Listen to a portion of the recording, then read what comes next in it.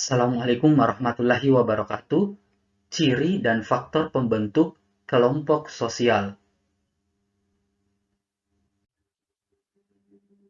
Ciri kelompok sosial.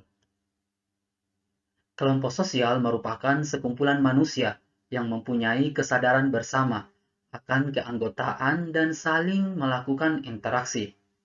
Kelompok sosial dapat kita temukan dalam lingkungan sekitar kita. Kita dapat mengidentifikasi suatu kumpulan manusia di lingkungan dengan memperkirakan atau memperhatikan ciri-ciri kelompok sosial. Ciri-ciri kelompok sosial yang pertama, adanya kesadaran dari masing-masing individu jika ia adalah bagian dari kelompok tersebut. Dengan demikian, sifat untuk menang sendiri tentunya bisa diminimalisir. Yang kedua, adanya hubungan timbal balik antara anggota sendiri ataupun anggota lainnya. Yang ketiga, adanya interaksi yang aktif dan juga pola perilaku. Yang keempat, adanya suatu faktor tertentu yang dimiliki dari masing-masing individu. Hal ini bisa lebih mempererat ikatan antara satu dengan yang lainnya. Faktor tersebut bisa berupa tujuan yang sama, cita-cita yang sama, nasib yang sama, dan juga karakteristik yang sama.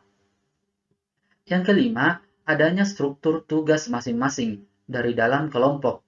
Hal ini bertujuan agar setiap orang memiliki peran, fungsi, dan juga kedudukan yang jelas. Jika terjadi kejadian satu individu dalam kelompok akan mempengaruhi individu yang lain. Hal ini dikarenakan mereka merasa kejadian tersebut adalah milik kelompok.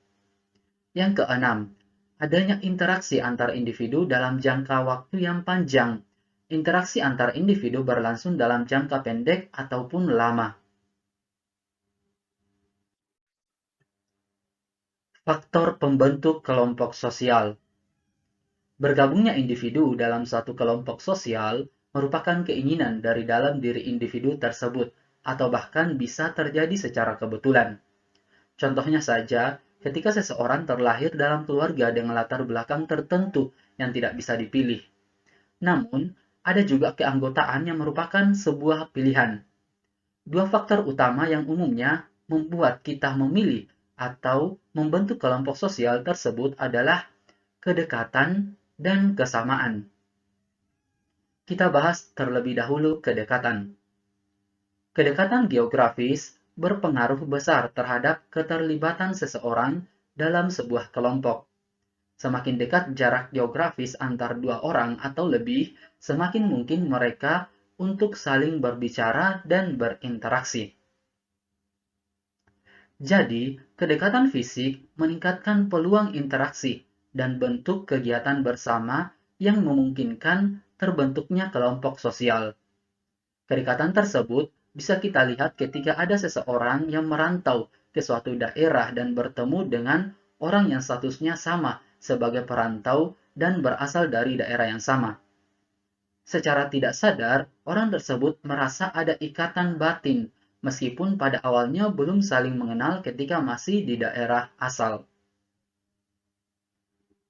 Selanjutnya, kesamaan. Selain kedekatan fisik dan geografis, pembentukan kelompok sosial juga tergantung pada kesamaan di antara anggota-anggotanya. Pada umumnya, orang memang lebih nyaman berinteraksi dengan orang yang memiliki kesamaan dengan dirinya.